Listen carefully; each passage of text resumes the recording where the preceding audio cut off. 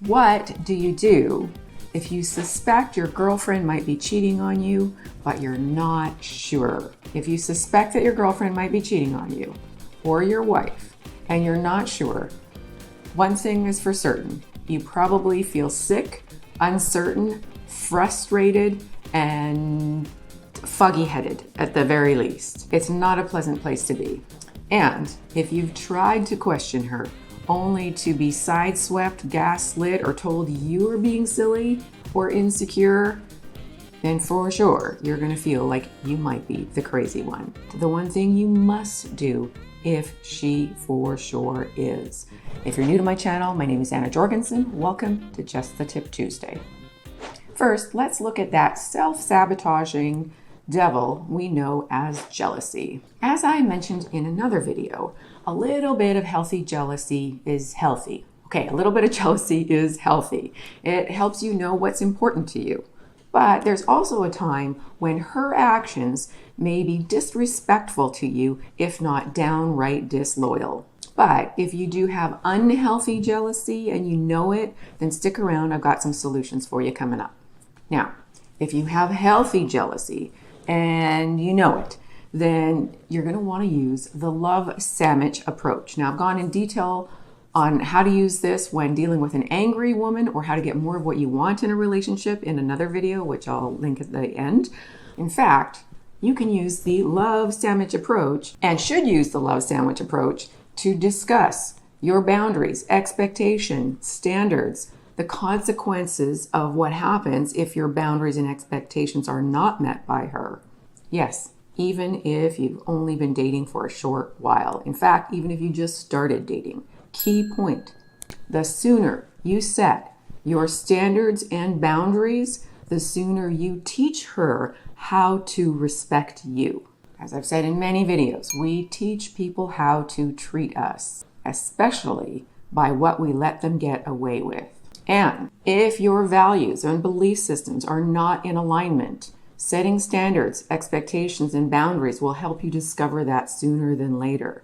Key point, it's better to be single than sorry. As soon as you see behavior that you would not want to have long term, you need to address it. Nip that in the bud right away. Because if you don't, you are going to end up brokenhearted one way or another. Okay. So it's a little bit different if you're dating versus in a long-term relationship. So first we're going to look at dating. If it's early on, you can say, Ashley, this behavior doesn't work for me. Here's what I need and expect instead. Now, notice vocal tone and inflection. In other words, no anger, but firm, confident boundary. As soon as you lose your cool, you lose your power, and then you can continue with, here's what I need and expect instead. Or, to make it less personal, if you've just started dating, if I'm ever going to be exclusive with a girl, this is what I need and expect from her. Key point. If you say this with confidence, respect, and grace, you will have a lower chance of triggering her ego and pride. And yes, this works the other way around as well for women talking to men. Because, key point, you should always be willing to walk away from the deal if the deal is a crappy deal. The sooner you find out, the better. Now, you can even say something like, would you really be okay if the shoe was on the other foot? If this is something I was doing, would you really be okay with it? Now, even if she's not really okay with it, if she actually has a moment to think, okay, wait, if he was doing this to me, would I be okay with it? No, I wouldn't. But if I say that, then he's going to try and stop me from doing it. Well, then you call her out. If she says, yeah, I'd be fine with it, then you can say, well, it doesn't look like our values are really in alignment, so we probably shouldn't be together. No viciousness, no attachment, just stoicism. You've got expectations, you've got standards, you've got needs, desires, and boundaries, and you're willing to walk away if she can't or won't meet those needs. Now, if she really doesn't have the same values as you, she might be like, oh, okay, well, fine, see you later.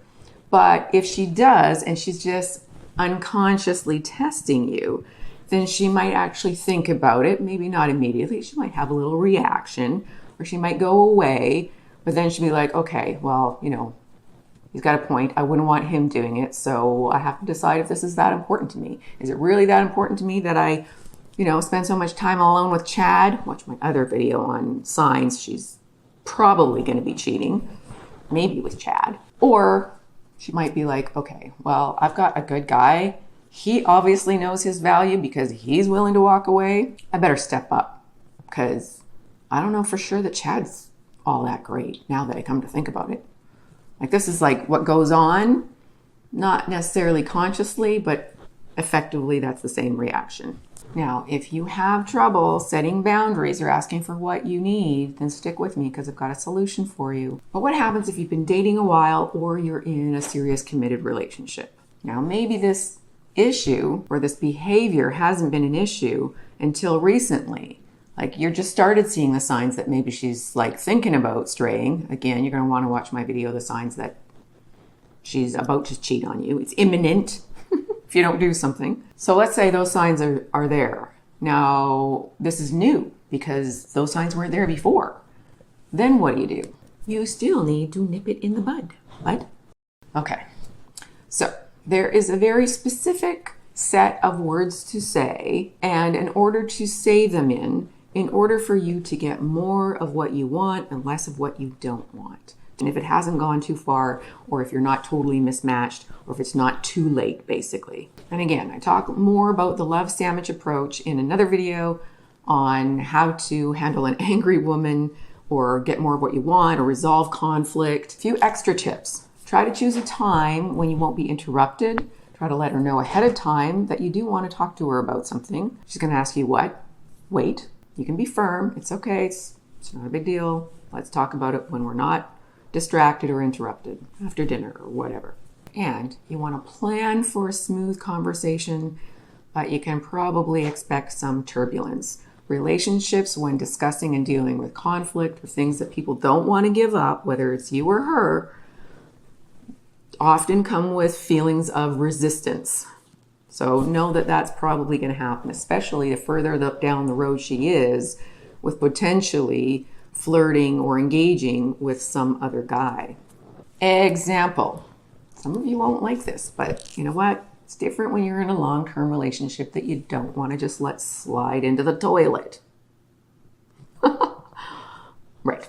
Okay. So you might say something like, "You're a good woman, Ashley. That's part of why I love you." No, women want to be loved, cherished. You do too, but you also more want to be respected. Anyway, okay, carrying on. It bothers me that you spend time alone with Chad because even though I trust you, I know he likes you and that makes me feel disrespected. I want you to not spend time with him alone anymore. Will you do that for me? Not like that, but will you do that for me? And then you wait to see how she responds. Notice how I'm not angry. I'm not aggressive. I'm just stating my case for what I need. I being you if you're in this situation. Key point. If you deliver this with love, grace, and respect, her reaction will tell you a lot about how far down the road she is, mentally if not physically, with her plans to be disloyal, and or how emotionally mature she is. So if she has a bad reaction, if it's either case, if it's because she is already doing something that she should not be doing and she knows it, she might have a bad reaction. She might fly off the handle. She might accuse you of being insecure. She might, whatever she might do. It's not a good reaction. It's not given back with love and respect and grace. Or she's emotionally immature. Maybe she's not down the road with Chad or Tyrone or whoever. And she is angry that you're jealous and insecure and accusing her of something she's not doing. But still, if you come to her with respect and love and grace, then she should be compassionate enough to be able to appease your suffering in a loving way. Ladies, appease suffering in a loving way. Which brings us to the most important thing you must do if you suspect your girlfriend is cheating on you or your wife. focus on you. Now, this sounds a little disjointed for some of the other videos I've said where, like, if you've dropped the ball, then you need to pick up the ball. You definitely need to do that. If you know for sure you've dropped the ball and you're taking her for granted, then start doing the things you stopped doing that she used to appreciate. But you also need to still focus on doing the things for yourself that you've dropped the ball on. Maybe you're not going to the gym anymore. Maybe you're not hanging out with the guys anymore. Maybe you're not playing sports anymore. I mean, there are things you can do, even during a crazy time in the world, that will help elevate your own confidence and self-esteem and will reflect in other areas of your life. So you still need to bring it to the table for yourself, and you still need to bring it to the table for your partner. And this applies whether you're a man or a woman. Key point, you want to start doing the things you know you need to do regardless of her reaction. Okay, so you're not just doing to get. That's manipulation. You're doing it because it's the right thing to do. You're going to man up. If you don't like that term, you shouldn't be on my channel. But you're going to man up for yourself. And yes, you're going to man up your partner position for your partner, for your woman. So if you used to be more romantic, try for her. If you used to be more healthy and fit, try for you. Wherever you've slid down the scale of being a high value man, you need to focus on getting back up that ladder. And you're going to do it for you, primarily for you. And it will have a ripple effect. If it's not too late, if she's not damaged goods, if you are actually compatible and well matched in terms of values, goals, and belief systems. Key point, if you do it for you without being resentful or acting condescending or contemptuous to her, if she is the right woman for you and she is a good woman, then she will notice and she will respond accordingly. But key point, you have to be patient, because if you slacked for a long time, either in the relationship or on yourself, it's going to take her some time to trust that the changes you start to make are real and lasting. If she's no longer for you, or if it's gone on too long, or if she's already started seeing someone else on the sly, you will feel better being single again if you start working on you. And you'll be more attractive to other women if you decide you want to date again.